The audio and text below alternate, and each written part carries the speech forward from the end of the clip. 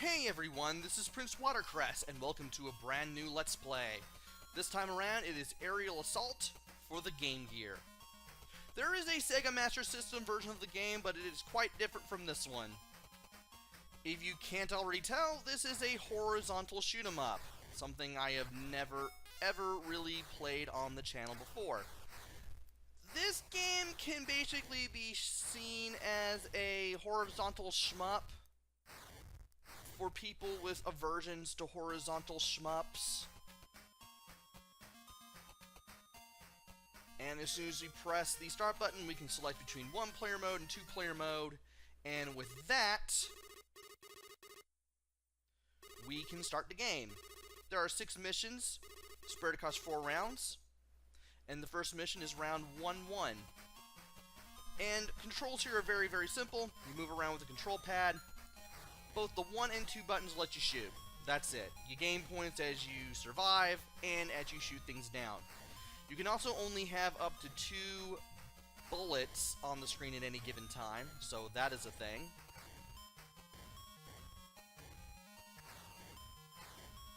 And as you can see, there are 2 kinds of enemies so far.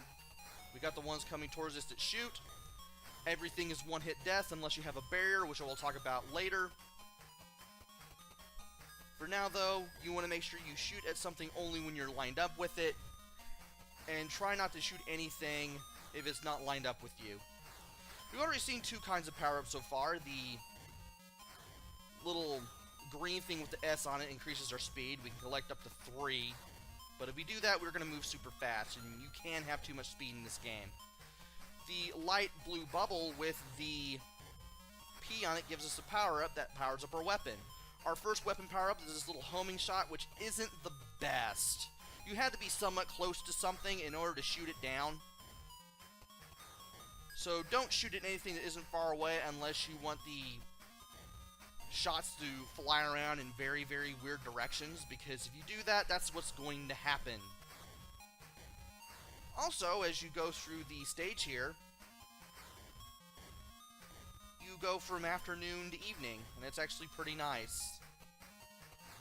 As for what you're doing that is causing you to fly a jet with the afterburners on constantly, well, the game doesn't really say. You just have to destroy a bunch of enemies. That's pretty much all the game clues you in on. So don't come playing this game if you're looking for story.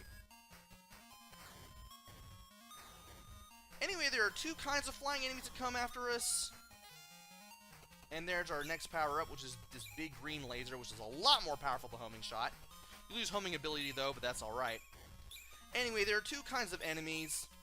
There's the ones that take multiple hits, and the ones that only take 1 hit. Both of them come after you and shoot. And there are also those big ones that give you a lot of points, if you can somehow destroy one of them. And there is a speed power-up in that one ship in there. If you see a turret reticle flashing on a ship, that means that ship contains a power-up. If you shoot it down, you will be able to get the power-up. We've already seen the speed and power upgrades, but here's the barrier upgrade. It's that little yellow thing with the red B on it. You'll be able to take shots directly in front for a few hits before the barrier disappears completely, and that would have been a weapon power-up, how we somehow shot that ship down and got it. We would have gotten some missiles that go up or down a little bit. A little bit of homing capability, but not quite. We'll get it eventually, though.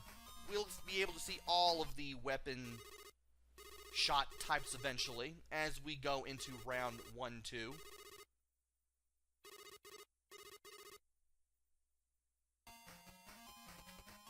And here we are flying above the ocean and some islands.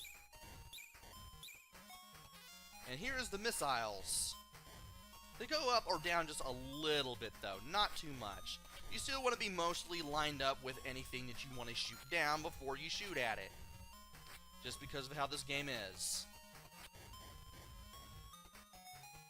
And there's a speed power-up, which I'm not going to pick up. I suggest only picking up 1 or 2 speed power-ups, if at all. I would only pick up 3 if you basically want to make the game a little harder on yourself. Also, aside from the enemies we've met so far, we will see battleships that will fire at us, some submarines that will dive in and out and shoot at us from the ocean. There is the laser, which allows us to destroy multiple enemies at one time, unlike the other shots.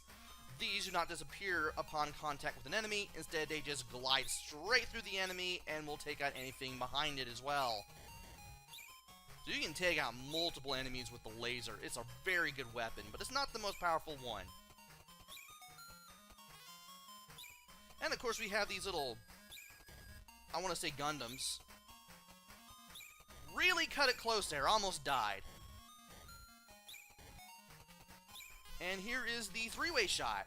We have one more awesome weapon to go, but I like the three-way shot. You can take out a wide range of enemies. You can take out multiple enemies at one time around the screen with it, if you can aim it right. You can especially do that with the next weapon, which we will be seeing shortly. Three-way and the next weapon are really, really good, because it can get you out of a lot of trouble pretty early if your timing is very, very good.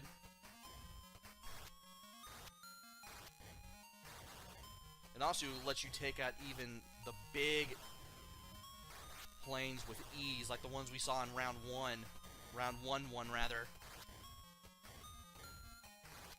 And of course you want to be careful destroying as many enemies as you can, because it is still easy to fall victim to a one-hit kill. And it looks like it's about to storm soon. Well, at least on screen anyway. And look at that, just 2 shots from the three-way shot takes that big plane out super easily.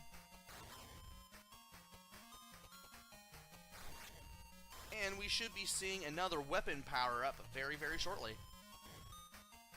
I'm doing this all in post-commentary, by the way. Makes sense, because I want to concentrate on beating the game and then do the commentary afterwards. Realize it will be better that way. And there it is. Once we pick this up, we get the 5-way shot. A little wider than the 3-way. Just as powerful. This is the weapon you want, especially for where we're about to go. The first boss of the game. You want to stay just slightly above it. Make sure that turret in the middle there does not hit you with its laser. And if you can keep aiming at the top of it, you'll be able to take out the little missile launcher that's on top. You definitely don't want to be near the hole on the lower part of the ship, because it will shoot huge projectiles. And once it's near death, it just stays in the middle of the screen and you can just keep shooting at it until it dies. Really easy boss. The next mission, our third one, will be round 2, but that will have to wait until the next video. Join me next time where we take on round 2.